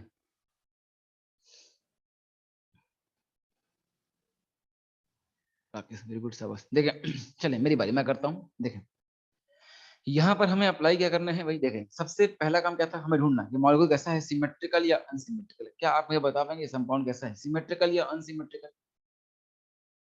अनसिमेट्रिकल, अनसिमेट्रिकल मतलब यहाँ पर जो फॉर्मूला लगेगा वो क्या लगेगा, टू की पावर एन। अगर मुझे निकालना है स्टीरियो आइसोमर तो फॉर्मूला क्या आएगा, टू की पावर एन, और एन क्या होता है, नंबर ऑफ स्टीरियो सेंटर। बताएं इसमें स्टीरियो में दो आते हैं, जीआई प्लस ओवाई, यहाँ पर कोई जीआई सेंटर है क्या, बताएं मुझे, कोई जीआई सेंटर है क्या इसमें, कोई जीआई सेंटर है क्या, बोल रहे हैं यस, वेरी गुड। ये डबल बॉन्ड, हाँ कि ना, ये डबल बॉन्ड क्या है हमारा, एल्कीन सिस्टम जीआई सिस्टम है, बिकॉज इस डबल बॉन्ड के दोनों sp2 कार्बन की वैलेंसी क्या है, अलग अलग है, और sp2 कार्बन की बोथ वैलेंसीज अलग अलग हो जाए तो बिल्कुल जीआई करता है, बिल्कुल जीआई सेंटर है। ठीक है बताएं, जीआई सेंटर तो एक आ गया, जीआई सेंटर कितना आ गया, एक आ गया। कोई ओआई सेंटर है क्या, कोई ओआई सेंटर है क्या, कोई ओआई सेंटर है, यस, कौन है भाई, कौन है क्या, कौन है, क्या ये है क्या, ये है क्या, बिल्कुल ये कार्बन कायरल है, ऑप्टिकल सेंटर है, एकदम सी बात है, C H is the right answer, लेकिन एकदम सी बात है, तो ये भी एक ओवाई सेंटर भी है, और दोनों को मिला देंगे तो कितना जाएगा, टू, और टू क्या बन जाएगा, stereo centre, because G I plus O Y क्या होता है, स्टीरियो, तो एन की वैल्यू कितनी आ गई यहाँ पर, एन की वैल्यू आ गई टू। आओ अब करते हैं, तो टू की पावर टू रखेंगे तो आंसर कितना आ जाएगा, फोर। तो नेगी साहब गड़बड़ कहाँ हुई थी आपसे, नेगी साहब गड़बड़ कहाँ कर दी थी आपने, फिर टू कैसे बोल दिया था, टू की पावर टू तो फोर होगा ना, अच्छा सिमेट्री मान लिया था, नहीं नहीं सिमेट्री नहीं, सिमेट्री तो है ही नहीं ना, बोथ साइड्स देखेंगे तो बीच तक कहाँ से बन रहा है, नहीं बन रहा है, सिमेट्री आने के लिए मतलब पैरेलल चाहिए होती है ना, एकदम से। चलें, चलिए एग्जांपल नंबर नेक्स्ट है, एग्जांपल नंबर सेकंड, ये भी एक ट्राई करें, ये भी आसान चीज, बिकॉज एग्जाम में यही बनता है सबसे इंपॉर्टेंट, कौन सा, अनसिमेट्रिकल वाला, ऐसा क्वेश्चन देखने को मिलता होता है, ये क्वेश्चन बहुत काम का है, नंबर 1 और ये नंबर 2 एग्जाम में मोस्टली अनसिमेट्रिकल पूछा जाता है। ठीक है चलें, ये ट्राई करें,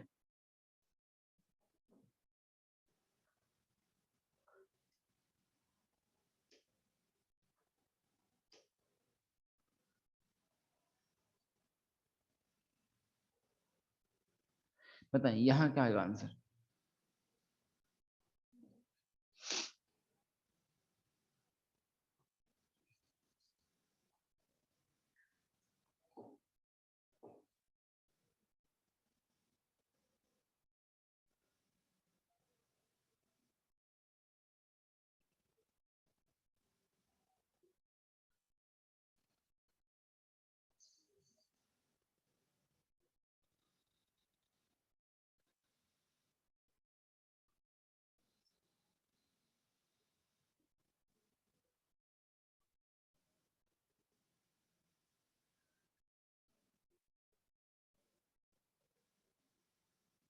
वेरी गुड, सही है, सही है, सबका सही है, वेरी गुड, है ना। देखें यहाँ पर देखा जाए एन की वैल्यू कितना आ जाएगी यहाँ पर, इजीली आप कर सकते हैं कैलकुलेट। यहाँ पर एन की वैल्यू आने वाली है 3। ये भी एक कायल सेंटर है, ये भी कायल सेंटर है, और ये एक जीआई सेंटर है कि नहीं। तो जो ये दो कायल सेंटर और एक जीआई सेंटर मतलब क्या आएगा, एन इक्वल टू 3 आ जाएगा। इस तरह सही कर देते हैं मिटा करके, एन इक्वल टू 3 आने वाला है कि नहीं। ऐसा जब एन इक्वल टू 3 आ जाएगा तो क्या बन जाएगा, 2 की पावर 3। आंसर क्या आएगा, 8 इज द राइट आंसर। ठीक है भैया, ऐसा। चलिए सेम फॉर्मूला पता है, अगर अनसिमेट्रिक रिंग मिल जाए तब भी चलता हो। फॉर एग्जाम्पल इसकी मान लीजिए आपको मैं ये देता हूँ, ऐसा इस तरीके से कि यहाँ पर एक बी आर दिया और यहाँ पर भी एक यहाँ पर सी एल दे देता हूँ, सी एल देता हूँ मान लो यहाँ पर एक सी एल ले लिया। पता है इस कंपाउंड में कायरल सेंटर है कि नहीं है, कायरल सेंटर है कि नहीं है, कायरल सेंटर है कि नहीं है, बोलो यारो। कायरल कार्बन है क्या इसमें, कायरल सेंटर है कि नहीं है? यस है, कितने हैं, 2 हैं। बिल्कुल, ये भी कायरल है और ये भी कायरल है। क्या ये सिमेट्रिकल है या अनसिमेट्रिकल है, सिमेट्रिकल है या अनसिमेट्रिकल है, अनसिमेट्रिकल है। तो स्टीरियो आइसोमर 2 की पावर n, 2 की पावर 2 इक्वल टू 4। एक बार बता दूं कि ना ये हर जगह नहीं लगता, ये फॉर्मूला हर जगह नहीं लगता रिंग में। हाँ, पर हमारे सिलेबस में जो भी है उसमें रिंग में फॉर्मूला लगेगा, कोई दिक्कत नहीं। अपने मतलब ही क्या है, अपने में तो सिलेबस में ही है ऐसा, है कि नहीं, जो रिंग में लगने वाला है अपन लगाएंगे फॉर्मूला, कोई दिक्कत नहीं, आसान खेल है। चलिए नंबर 4 यहाँ देखते हैं। अब आता है सिमेट्रिकल वाले पे। बताएं अगर मान लो मैं ऐसा देता हूँ आपको, यहाँ भी सीएल और यहाँ पर भी सीएल। अब बताओ कायरल सेंटर है कि नहीं है, बताएं कायरल सेंटर है कि नहीं है। यस, कायरल सेंटर तो है, 2 है, एकदम सही जवाब है, नहीं कोई दिक्कत नहीं। ये भी कायरल सेंटर है और ये भी कायरल सेंटर है। पर ये कैसा है, सिमेट्रिकल की अनसिमेट्रिकल, सिमेट्रिकल की अनसिमेट्रिकल, सिमेट्रिकल। अब सिमेट्रिकल में क्या फॉर्मूला लगाना है आप देखें, सिमेट्रिकल में क्या फॉर्मूला लगाना जाएगा, लगाओ फॉर्मूला सिमेट्रिकल का। फॉर्मूला दिखाऊं पीछे, लो देखो फॉर्मूला देख लो, ये है फॉर्मूला, लगाएं। सिमेट्रिकल में एन की वैल्यू 2 है, सिमेट्रिकल है, एन की वैल्यू 2 है, और एन की वैल्यू 2 का मतलब क्या होता है, इवन या ऑड, इवन। तो सिमेट्रिकल और इवन का फॉर्मूला ठोकना है आपको, लगाएं। आंसर कितना आ गया,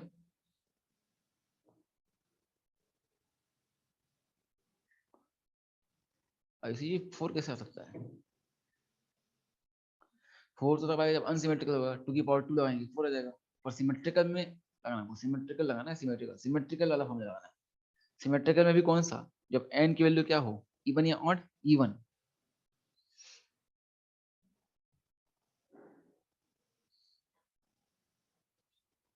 देखते हैं, चलिए। फॉर्मूला कहता है कि 2 की पावर n-1 प्लस 2 की पावर p-1, और p क्या बनता है इवन में, n/2। मतलब यहाँ पर जो फॉर्मूला बनेगा वो क्या बनेगा, स्टीरियो आइसोमर का 2 की पावर n-1 प्लस 2 की पावर n/2 - 1, बिकॉज ये n/2 ही क्या था, p था, है कि नहीं, p की वैल्यू क्या है, n/2 तो है। ऐसा, और n की वैल्यू कितनी आ रही है यहाँ पर, n इक्वल टू 2 देखने को मिल रहा है। तो 2 की पावर 2 - 1 प्लस 2 की पावर 2/2 - 1, 2 की पावर 2 - 1 क्या बनेगा, 2 की पावर 1 प्लस 2 से 2 कट जाएगा, क्या बचेगा, 1 - 1। 2 की पावर 1 2, और 2 की पावर सन्नाटा बन जाएगा। और एनीथिंग की पावर सन्नाटा क्या होता है, 1। तो 2 + 1 = 3 आने वाला है आंसर, आंसर आएगा 3। इसमें दिक्कत कहाँ गई, मैथ, अच्छा मैथ्स आ गई थी, ऐसा है क्या? बायो वाले लोगों को मैथ्स देखते हो तो डर जाते हैं, ऐसा है क्या? मैथ्स से डर लगता है, ऐसा है क्या? बायो वाले मैथ्स देखते ही डर जाते हैं, ऐसा है क्या? बायो वाले मैथ्स देखते ही डर जाते हैं, ऐसा है क्या? है ना, वेरी गुड, शाबाश। चलें, इसके बाद अपन एक करते हैं समअप, एक लास्ट क्वेश्चन लेते हैं इसके लिए, है ना। देखें, एक क्वेश्चन ऐसा आता होता है, इस टाइप के क्वेश्चन आए तो कैसे करना चाहिए। जैसे कि मान लो क्वेश्चन लेते हैं, C4H8 एक फॉर्मूला है, इस फॉर्मूले के लिए बात करते हैं। अब इस फॉर्मूले से क्वेश्चन पूछने के कई तरीके हैं। पहला पूछेगा हाउ मेनी एल्कीन, इसका आंसर बताएं आप, आपको बता रखा है कि C4H8 से कितने एल्कीन बनेंगे, C4H8 से कितने एल्कीन बनेंगे। दूसरा रहेगा हाउ मेनी टोटल स्ट्रक्चरल, ये अलग चीज है, and how many total possible.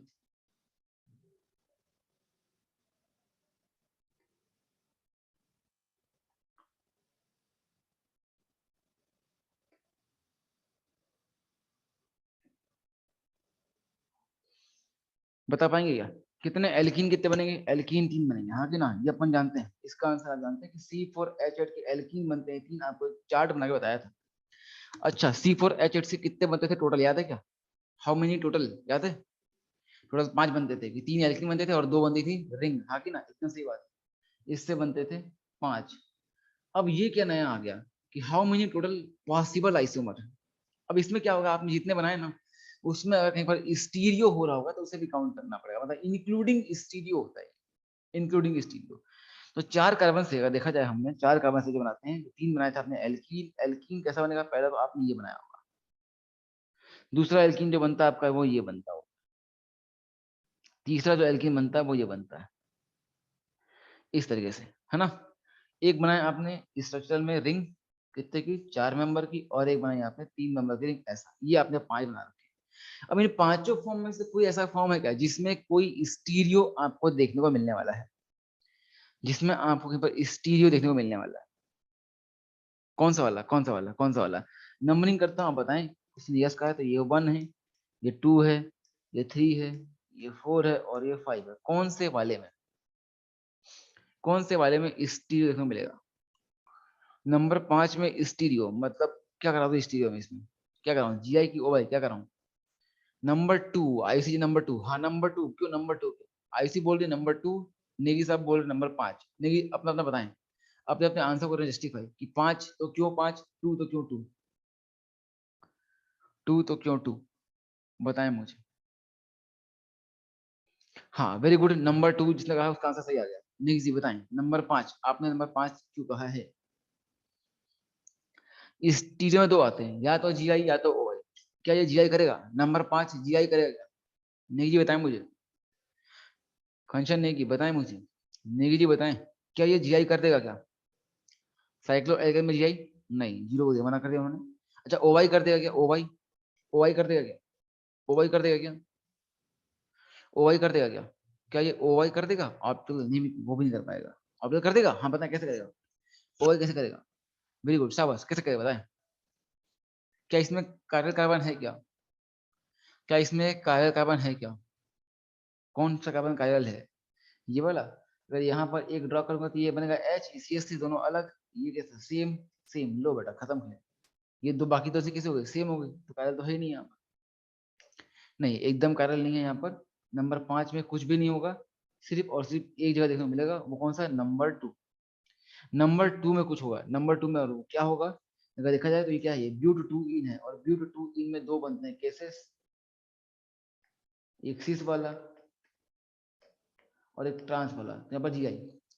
तो जिसके जितने पॉसिबल है उनको भी ऐड करना पड़ेगा। आप यहाँ पर इसके 2 फॉर्म बन जाएंगे, तो एक फॉर्म ज्यादा काउंट कर ही रखा है कि नहीं? मतलब आप इसको गैप कर दो, इसके 2 फॉर्म आ चुके हैं, कितने, ये दोनों कितने बन गए, 1 2 3 4 5 तो सही, एक और ऐड हो गया 6। कितने हो गए भैया, 6, हाँ कि ना, ऐसा। ठीक है भैया, ऐसा। तो कितने बन जाएंगे टोटल इसके, टोटल बन जाएंगे 6। कितने बन जाएंगे टोटल, 6। आ रहा मामला ऐसा। तो ये केस देखने को आपको मिलता होता है कि ये कैसे बनेंगे, इसका तो एक ही का एक ही रहेगा, इसके दो बन गए, इसका एक ही रहेगा, इसका भी एक ही रहेगा, और इसका भी एक ही रहेगा, सबको सम कर लो, 2 1 3 1 4 1 5 1 6, तो कितने बन जाएंगे, इसका आंसर कितना आ जाएगा 6 आ जाएगा, because of that geometrical isomerism in number 2 B2E। तो ऐसा आता होता है। ये 3 अलग अलग सवाल है, लोग होते हैं कंफ्यूज कि C4H8 में ठिकाना क्या है, C4H में पूछा क्या है ये भी देखना पड़ेगा। C4H8 ने पूछा है एल्कीन, तो एल्कीन बताएं। C4H8 ने बोला गया कि कितने बनेंगे टोटल स्ट्रक्चरल, तो स्ट्रक्चरल बताएं। अगर बोला गया है सब, देखो आपको तो स्ट्रक्चर स्टीरियो भी देखना पड़ेगा, ठीक है भैया। ऐसा संभावना कम होती है आने की, संभावना बहुत ही कम होती है आने की, ठीक है ना, पर दिख जाए तो क्या कर सकते हैं, है कि नहीं ऐसा। तो यहाँ का खेल था, यहाँ पर हमारा जो आइसोमेरिज्म है वो कंप्लीट मामला यहाँ पर खत्म होता है आइसोमेरिज्म, ठीक है भाई। चलें, तो यहाँ पर खेल खत्म होता है आइसोमेरिज्म का।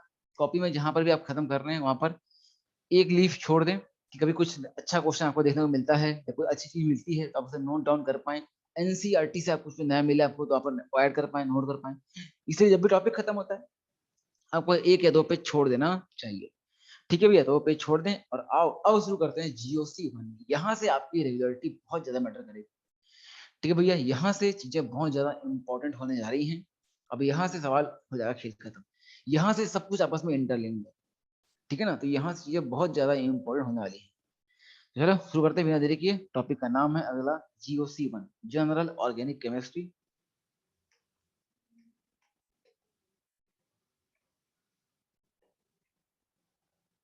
GOC1, ठीक है भैया। इसे ही लोग प्यार से रिएक्शन मैकेनिज्म 1 भी बोलते हैं,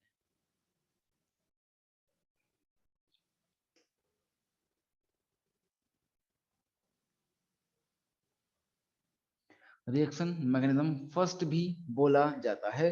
आए समझते हैं इस खेल को, ठीक है भाई। चलो ये खेल अपन खेलने जा रहे हैं GOC1 का,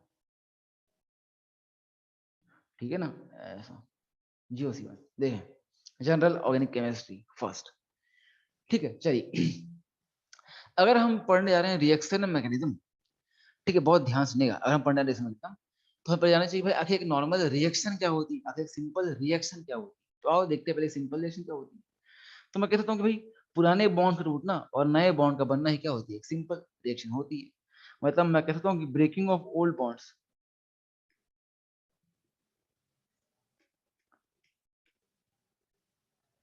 breaking of old bonds and formation of new bonds is known as simple reaction, है कि नहीं, इज नोन एज रिएक्शन। एक हम सिंपल बात करते हैं रिएक्शन की। एग्जाम्पल के हम देखा जाए, हम कह सकते हैं जैसे मान लीजिए ए और बी आपस में करते हैं रिएक्ट, ठीक है ना। जैसे कि मान लेते हैं ए बी, एक मॉलिक्यूल है ए बी, ये करता है रिएक्ट किससे, सी डी से।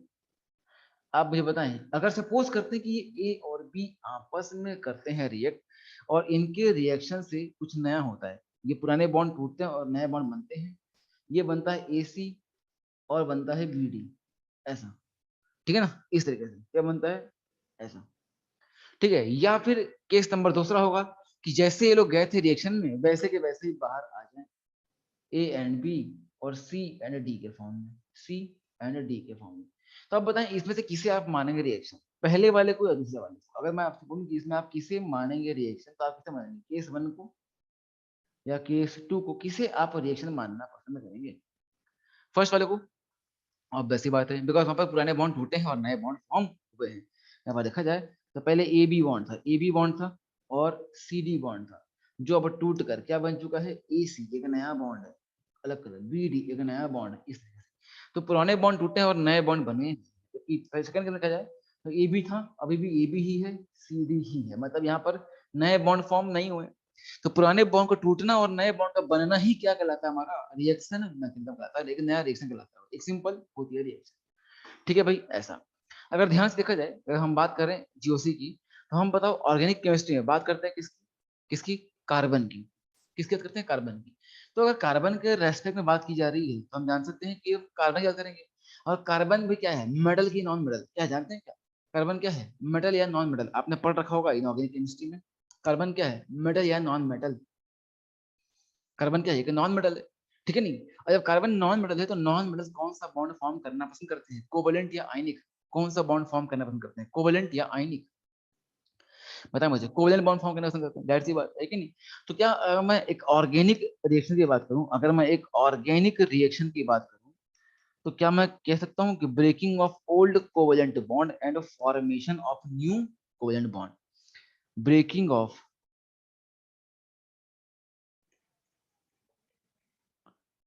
Old covalent bonds and formation of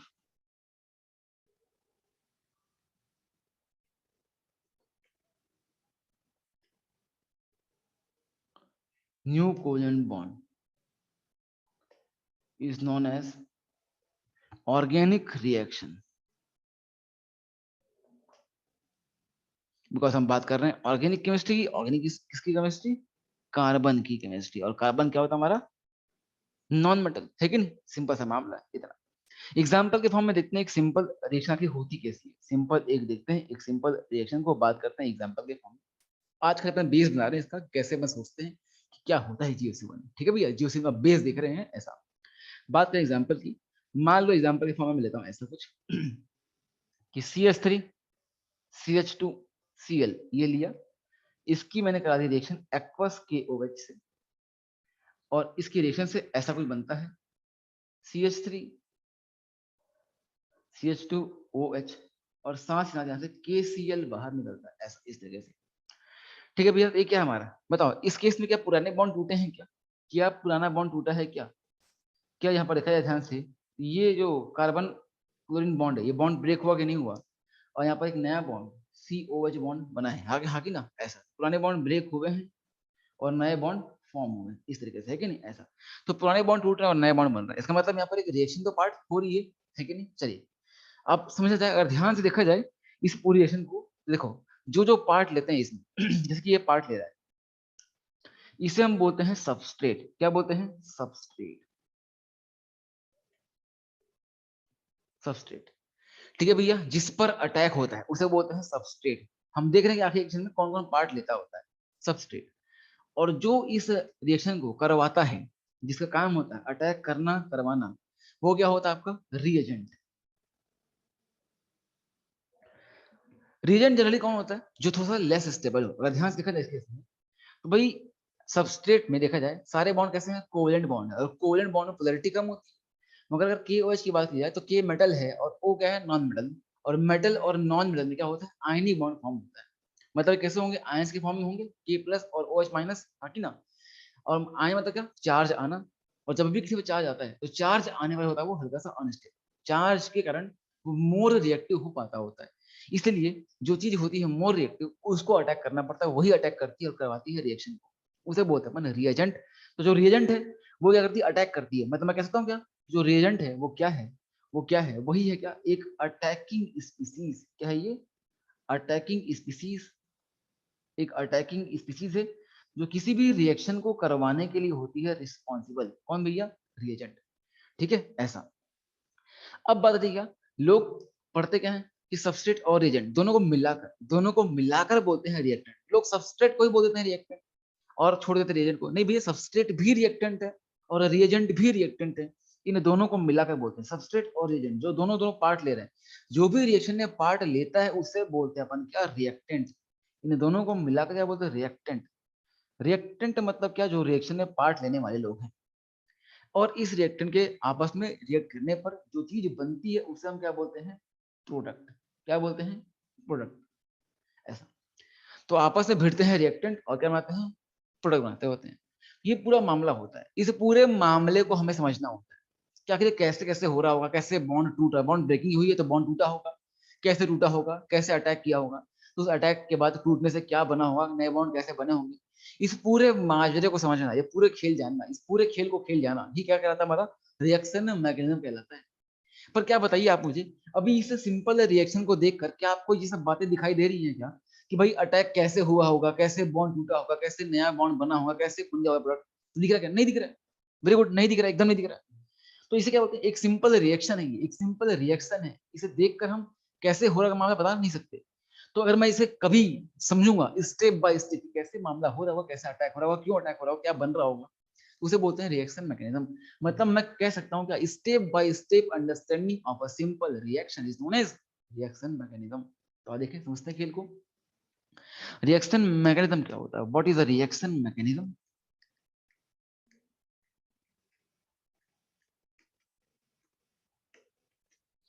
reaction mechanism क्या होता है, सिंपल रिएक्शन मैकेनिज्म, ठीक है। कह सकते हैं अपन क्या कि भाई स्टेप बाय स्टेप अंडरस्टैंडिंग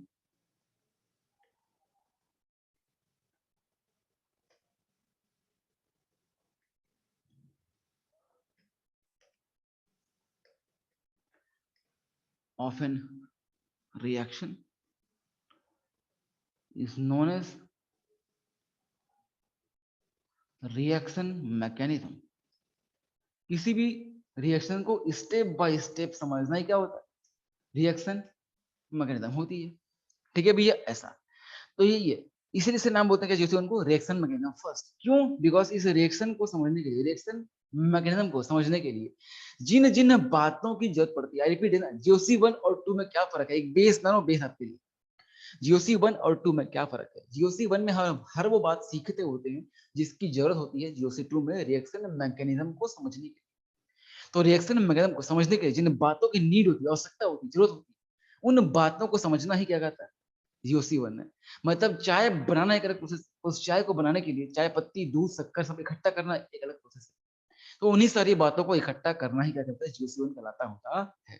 ठीक है भैया, तो अपन यहाँ देखेंगे, यहाँ पर हम क्या देखते हैं, यहाँ पर हम क्या देखते हैं, यहाँ पर हम रिएक्शन मैकेनिज्म देखते हैं जीओसी 1। जीओसी में क्या देखते हैं अपन, कंसेप्ट देखते हैं, जिन कंसेप्ट की नीड है जीओसी 2 में रिएक्शन मैकेनिज्म को समझने के लिए।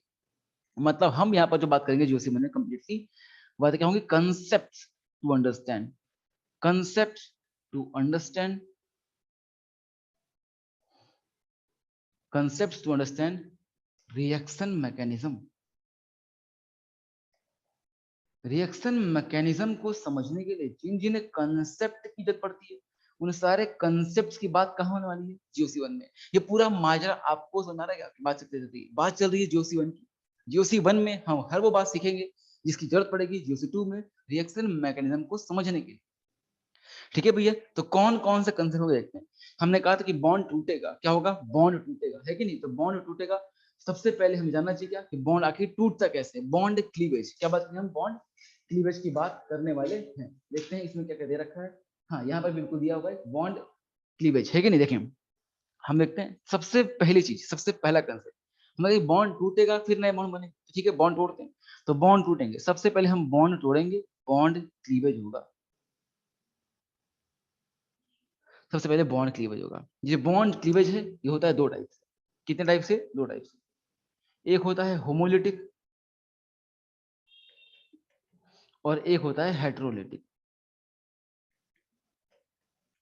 ठीक है भैया, ये होमोलिटिक और हेट्रोलिटिक, ये पूरा माजरा हमें समझना रहेगा। ठीक है, देखेंगे अभी सारे अपन इकट्ठा कर रहे हैं। एक आपको मैं एक फ्लो चार्ट दे रहा हूँ कि हम कैसे पढ़ने वाले हैं यूसी 1 को, किस सीक्वेंस में देखने वाले हैं, उस सीक्वेंस आपको आज दे रहा हूँ। पढ़ाई करेंगे अगली मुलाकात से, अभी बस सीक्वेंस देते हैं। सबसे पहले बॉन्ड टूटेगा, ठीक है दादा, बॉन्ड टूटेगा दो तरीके, होमो और हेट्रो, ठीक है ना, होमोलिटिक या हेट्रोलिटिक, दो तरीके से बॉन्ड टूटेगा। बॉन्ड जब टूटेंगे तो क्या बनता है, बॉन्ड के टूटने से बनते हैं intermediates.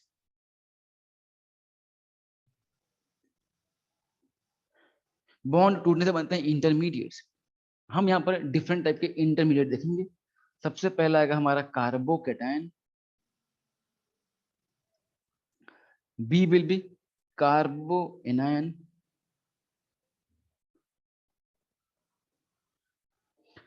C is carbon free radical,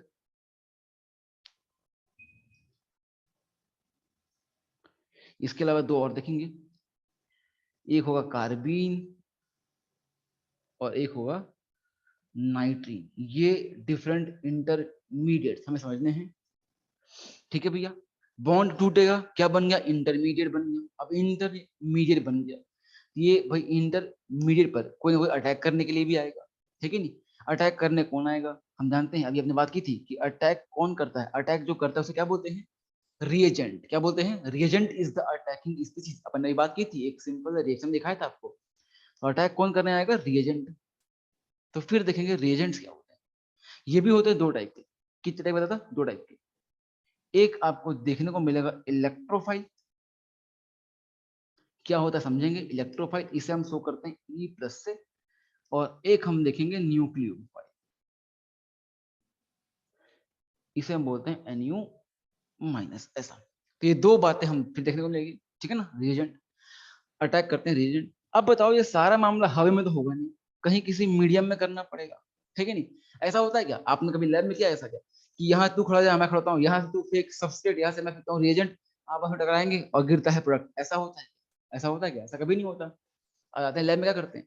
lab में बर्तन लेते हैं, सॉल्वेंट लेते हैं, वहां डालते हैं, कुछ कुछ लाते हैं, मिलाते मिलाते फिर नया बन जाता है। ऐसा होता है।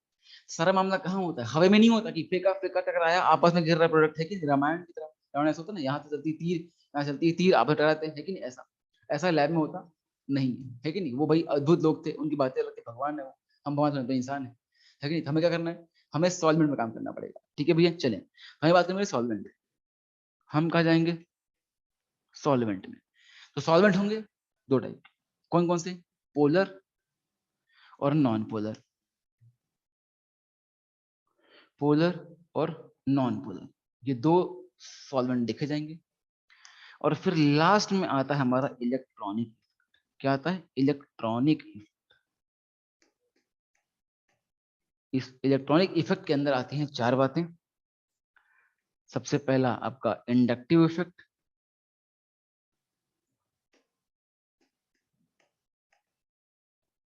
Second one is mesomeric effect,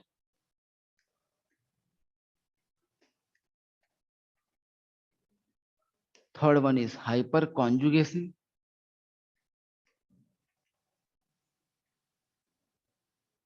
and the last one is electromeric.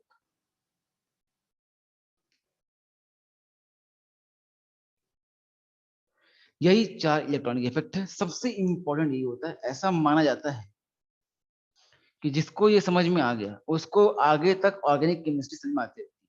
Highest star topic है ये, इलेक्ट्रोमेरिक इफेक्ट। ठीक है भैया, इसको मैं और अगली क्लास में बताऊंगा, इसके इंपॉर्टेंस के बेस पे इस पे स्टार लगाऊंगा। तो इतना मामला है, हमें इस सीक्वेंस में पूरी ज्योतिषी पढ़नी है। शुरुआत करेंगे अगली मुलाकात पे बॉन्ड क्लीवेज से, बॉन्ड तोड़ेंगे, बनाएंगे इंटरमीडिएट, चल जाएंगे फिर सॉल्वेंट पे, इंटरमीडिएट पे और रिएजेंट्स पे, फिर लास्ट में आएगा इलेक्ट्रॉनिक इफेक्ट, इंडक्टिव, सारा कुछ खत्म करना है। तो इस सीक्वेंस से हम ज्यूसिंग पढ़ने वाले कि ज्यूसिंग का फ्लो चार्ट आपको मिल गया। हम जब तक एंड तक पहुंच ना जाए तब तक चलता रहेगा मामला, ठीक है भाई। चलिए, तो इस सीक्वेंस में हमें जीओसी 1 पढ़नी है। उम्मीद करता हूँ कि सीक्वेंस समझ में आई होगी। अगली मुलाकात में इसी सीक्वेंस में आगे बढ़ेंगे, ठीक है। तो आज के लिए बस इतना ही, ठीक है भाई। आई होप आपको मजा आ रहा होगा, ठीक है भाई। चलें, तो अगली मुलाकात में देखेंगे, ठीक है भैया। अगली मुलाकात में जीओसी 1। अब यहाँ से आपकी रेगुलरिटी बहुत ज्यादा जरूरी है, जितने ज्यादा लाइव में आएंगे उतना अच्छा रहेगा। और लाइव में पूरे टाइम बने, है ना। ट्राई करें कि टेस्ट वगैरह कुछ भी चिंता ना करें, टेस्ट वगैरह हो तब पर भी बंक ना करें आप, ठीक है भैया। राकेश विश्वास आपसे एक शिकायत है ना, जब टेस्ट होता है आप गायब हो जाते हैं, ऐसा ना करें, ठीक है भैया। करंट पे ज्यादा फोकस करें, ठीक है ना। ऐसा एक दिन खराब करना बेकार होता है, फिर बाद में वो बर्डन बनता होता है, ठीक है ना। इससे दिक्कत होती है, आपसे बात करनी नहीं, ठीक है ना। चले, तो मिलते हैं अगले मौका में, तब तक बाय बाय। ओके गाइस, है ना, सी यू, बाय।